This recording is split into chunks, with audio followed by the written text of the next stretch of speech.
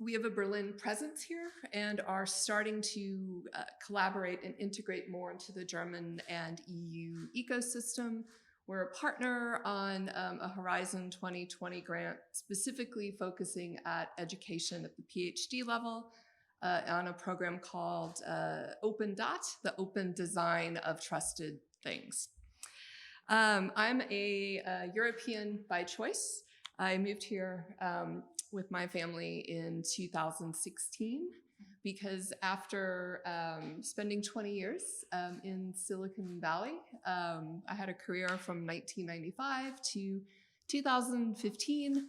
I believed that the situation there is not salvageable and needs to be abandoned and start over. And I believe that Berlin is the place. So I don't know if it's EU, Germany, Berlin, but somewhere in there is where the ideas that I'm excited about are. And I'm here to promote what I see as European values and do that work.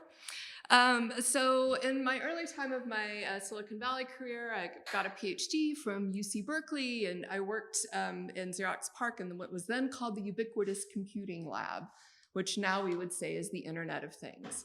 And I worked so hard to get beyond, at the time, what were these beige boxes, computers as productivity machines, and get off the screen into our daily lives. And not be about productivity, but about being the whole person. And you're welcome, I succeeded. We Silicon Valley have now created a hellscape where you're not even alone when you're in bed with your partner, because Spotify can predict you're possibly having sex based on the music choices. And of course, various agencies know that your phones are next to each other, and maybe you took a König or a Uber or taxi or something to get there, and they know that you'll spend the night and then leave in the morning. And all of this is, of course, documented on social media. That was not the future that I wanted, and I would like us to move in a very different direction. I am outraged that despite leaving Facebook and coming here, and living the most kind of wholesome life I can imagine with my 2 children in Prenzlauer Berg, due to the corona measures, I personally, like many people working in Germany, have poured money into the same Silicon Valley companies that got us into this mess. Specifically, I felt the need to personally buy an individual Zoom account so that I can continue to have some sort of a social life. I also gave money to Disney Plus so that my children had something to do during the many hours a day I was supposed to be working from home.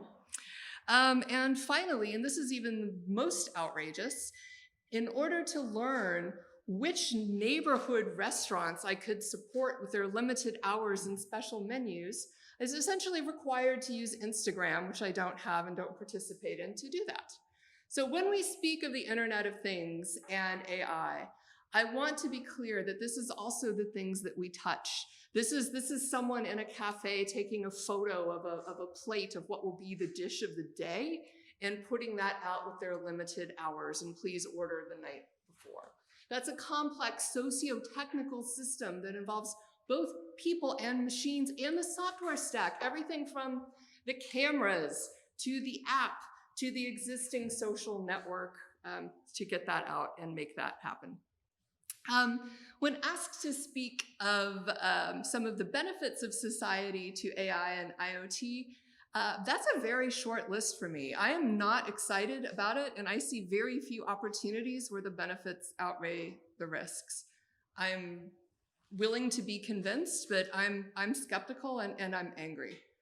I want to call out, I think, one possible area that I do feel good about kind of promoting what I see as European values and protecting people would be around environmental protection and monitoring. And I think especially as we look at things like global warming, my home state of California is suffering from an ongoing set of environmental catastrophes that are probably never going to end. So right now, parts of California are on fire, which happens this year. happens this time every year. So you can't be inside because of Corona, but you can't be outside because it's on fire. And the air quality is just terrible everywhere. So I'm excited about things like remote sensing, tracking the desertification spread. But I want to be very careful about how we put these machines, these sensors, into environments. Gun violence is potentially a uniquely American problem, but I think it's a good analogy for a number of things. So many people are shot by guns in the US. It's just an ongoing fact of life that American society has chosen to accept. There are equally unpleasant aspects of German society that, or European society that don't necessarily capture the imagination in the same way. But one of the solutions to gun violence is the shot spotter system, which is an array of microphones in cities that is set to detect gunshots and then transfer that data to the police and a private company. And the idea is to try to rescue the victims more quickly, so fewer gun deaths, yay, and also to persecute, arrest, and imprison the people that are doing the shooting, theoretically fewer gun deaths, yay. But I can't get too excited about that yay as much as I abhor gun violence, and not wanting to send my children through metal detectors for school is one of the main reasons we came here when we did. Because things like militarized policing, when you talk about a socio-technical system that involves people, police, wearing things like cameras that communicate with parts of the environment to track where people are and how they're moving, I get very concerned. And I'm relying on Europe and its kind of unique experience of World War II to move us all onto a different course immediately. Please and thank you.